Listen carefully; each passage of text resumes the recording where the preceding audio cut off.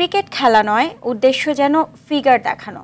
Celebrity cricket লিগের বিরুদ্ধে অশ্লীলতা ছড়ানোর এমন অভিযোগ এনে মডেল অভিনেত্রী ও নির্মাতা সহ 9 জনের বিরুদ্ধে লিগ্যাল নোটিশ পাঠিয়েছেন এক আইনজীবী। নোটিশের যৌক্তিকতায় তিনি বলেছেন, ক্রিকেট বাঙালির আবেগের জায়গা, এটাকে কলুষিত করছেন তারা। আরও জানাচ্ছেন জিএম মাহমুদ। অদ্ভুত, দুইটা একসাথে করা যায় না। তারা সবাই শোবিজ তারকা। রিলের বাইরে গিয়ে রিয়েল লাইফে ব্যাট বলের লড়াইয়ে মত্ত পর্দা মাতানো এই মানুষগুলো। রাজধানীর বসুন্ধরা স্পোর্টস কমপ্লেক্সে তারকাদের অংশগ্রহণে 5 মে শুরু হয়ে গত মঙ্গলবার শেষ হয় সেলিব্রিটি ক্রিকেট লিগ 2025। তবে আয়োজন ও প্রস্তুতি চলে বেশ আগে থেকে।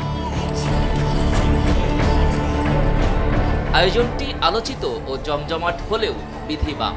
ক্রিকেটের টুর্নামেন্টের বিরুদ্ধে অশ্লীলতা ছড়ানোর অভিযোগ এনে মডেল অভিনেত্রী ও নির্মাতা সহ 9 জনকে আইনি নোটিশ পাঠিয়েছেন সুপ্রিম কোর্টের এক আইনজীবী। ফিগারই যদি না দেখাতে পারি তাহলে কেন খেলতে আসলাম?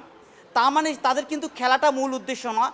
তাদের মূল উদ্দেশ্য হলো যে তাদের ফিগার দেখানো। বিশেষ করে মারিয়া মিম, সিনথিয়া ইয়াসমিন, কিয়া পায়েল এবং নাদিয়া এবং আলিশা মডেল এবং আমাদের যারা বলছে যে বর্তমানে রানিং মডেল শাম্মী ইসলাম নীলা, ওরা কিন্তু বেসিক্যালি ক্রিকেট লিগ নামে যে প্র্যাকটিস করতে যায় বা খেলতে যায়, তাদের ড্রেস আপের কোনো ঠিক নেই। অর্থাৎ তারা ক্রিকেট খেলার নামে কিন্তু ক্রিকেটটাকে কলঙ্কিত করছে।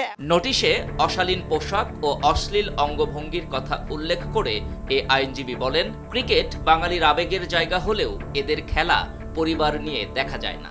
এই সেলিব্রিটি ক্রিকেট লিগ 2025 নামে যে অশ্লীলতা ছড়িয়ে পড়ছে, সেই ক্ষেত্রে কিন্তু আমরা পারিবারিকভাবে ক্রিকেটটা দেখতে পাচ্ছি না এবং কি ক্রিকেটের কিন্তু মান ইজ্জত নষ্ট হচ্ছে। অভিযুক্তদের 15 দিনের মধ্যে নোটিশের জবাব দিতে বলা হয়েছে, অন্যথায় নেবেন আইনানুগ ব্যবস্থা। 15 দিনের ভিতরে কেন ক্রিকেট লিগ 2025 সেলিব্রিটি নামে অশ্লীলতা ছড়াচ্ছে তার জন্য জবাব প্রদান করে। আনলেস আমরা কিন্তু তাদের বিরুদ্ধে ডিফরমেশনে মামলা করব এবং কি অশ্লীলতা ছড়িয়ে কেন দিচ্ছে তারা ক্রিকেট লিগ নামে, সেই প্রেক্ষিতে কিন্তু আমরা আইনগত ব্যবস্থা নেব। GM Mahmud, RTV, Dhaka.